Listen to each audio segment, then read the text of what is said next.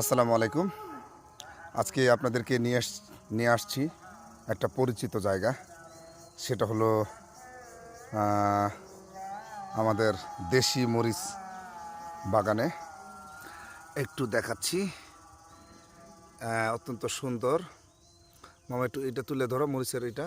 হ্যাঁ, এই দেখেন, এই এটা কোন মাসে দিতে হয়, চাষ করতে হয়, কিভাবে পরিচর্যা করতে হয়।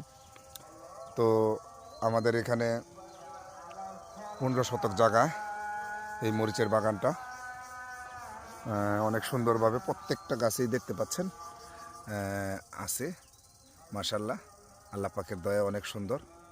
এখানে যতগুলা আছে দেখতে পাচ্ছেন, খুব সুন্দর।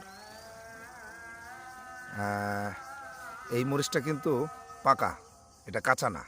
এটা দিয়ে এটা শুকনা মরিচ করা যাবে, এবং এই অবস্থায় এখনই এটাকে তরকারিতে, কাঁচা মরিচের তরকারি কিন্তু বেশ ভালো। বাগানটা বেশ বড় সড়ই, একবারে ওই মাথা পর্যন্ত।